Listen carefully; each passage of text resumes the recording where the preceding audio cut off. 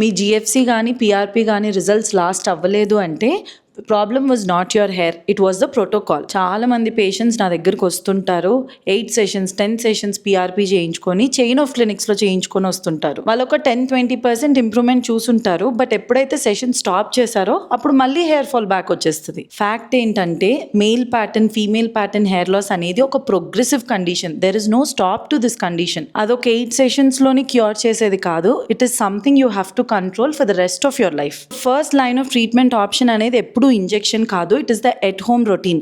Why? Because ఇది root cause నుంచి address చేస్తుంది కాబట్టి. పిఆర్పి జిఎఫ్సి అనేది they are accelerator, they boost the density and also support your at home routine. So just think of it like a gym. If you're going to the gym and working out for 3 hours 4 hours doing high intensity workout strength training, but when you're back home and if you're not maintaining the diet, results కనిపిస్తాయా? Definitely no. Next time మీరు any hair therapy package sign up చేసే ముందు ఈ ఒక్క question అడగండి, నా at home routine ఏంటి? If you don't have one, you're not buying a treatment, you're buying a temporary improvement that will disappear just the moment you stop paying.